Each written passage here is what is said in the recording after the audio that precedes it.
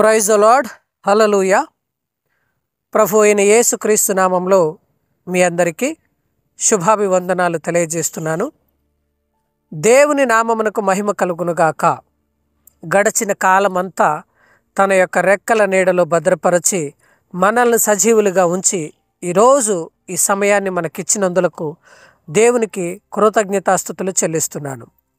ఈనాటి వాగ్దానము పరిశుద్ధ గ్రంథము నుండి హోషేయ గ్రంథము 2వ అధ్యాయము 18వ వచనం.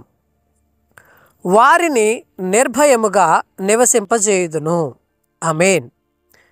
ఎవరిని నిర్భయముగా నివసింపజేయుదును అని దేవుడు వాగ్దానం ఇచ్చుచున్నాడు అంటే పరిశుద్ధులను నిర్భయముగా నివసింపజేస్తాను అని దేవుడు వాగ్దానం ఇస్తున్నాడు.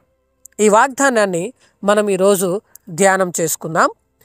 పరిశుద్ధులకు ఎప్పటికీ శాంతి సమాధానాలు కలుగుతాయి.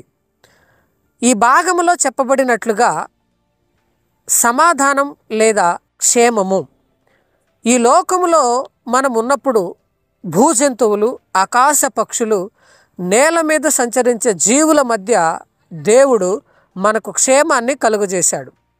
ఇహలోక సంబంధమైన శత్రువుల నుండి, దుష్ట శక్తుల నుండి, ఐహిక విచారముల వలన కలిగే బాధల నుండి దేవుడు మనకు నెమ్మదిని ఇస్తాడు.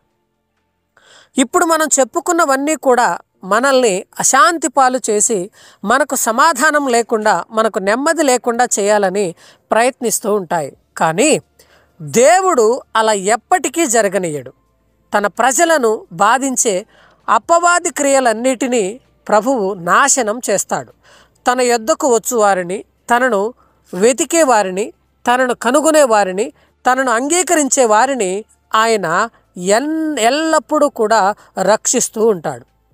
విల్లును, ఖడ్గమును, యుద్ధమును దేశములో ఉండకుండా ఆయన మాన్పింపజేయువాడు. ఇటువంటి చీకటి శక్తులు నాశనమైన తరువాత మనకు లభించే శాంతి సమాధానాలు నిజంగా చాలా అద్భుతంగా ఉంటాయి. ఇవి మనకు విశ్రాంతిని కలుగజేస్తాయి. తన ప్రియులకు ఆయన నెమ్మదితో కూడిన నిద్రను అనుగ్రహిస్తాడు.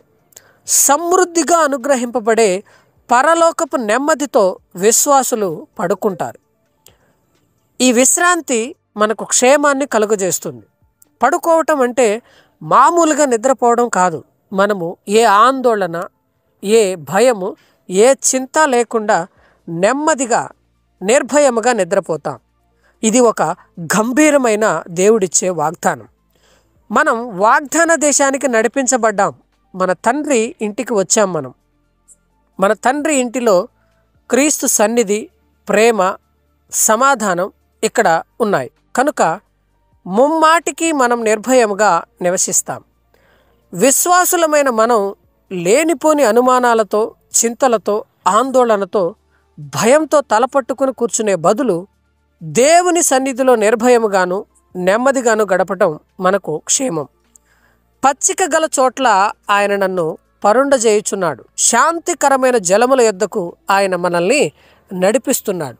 ఇక్కడ పచ్చిక గల చోట్ల అంటే దేవుని వాక్యము యొద్దకు మనల్ని నడిపిస్తున్నాడు. ఆ వాక్యము చేత మనకు ఆదరణ లభించుచున్నది.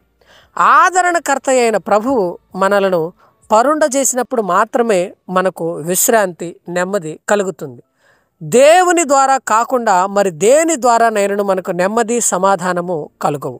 కాబట్టి ఈ వాగ్దానమును మనం ధరించి నిజముగా మనం పరిశుద్ధముగా జీవించుచు నిర్భయముగా నివసించడానికి ఆయన కృపాసత్య సంపూర్ణుడుగా మన మధ్య ఉన్నాడు. దేవుడు ఈ మాటలు దీవించునుగాక. ఆమేన్. ప్రార్థన.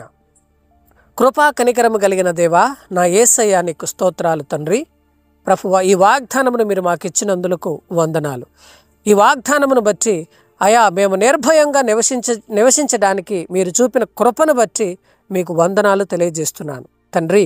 మా బ్రతుకులలో అశాంతి, అసమాధానం, ఆందోళన, భయం నాయన ఇవన్నిటితో మేము చింతపడుచుండగా నీ యొక్క వాగ్దానం మమ్మల్ని నిజముగా ఆదరించుచున్నది.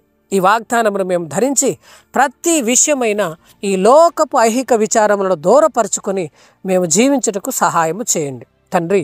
ఈ దినము ఇది మొదలుకొని మా పని బాటల్లో, మా ప్రయాణాలలో తోడై ఉండండి. సమస్తమును నీ చేతికి అప్పగించుచున్నాం తండ్రి.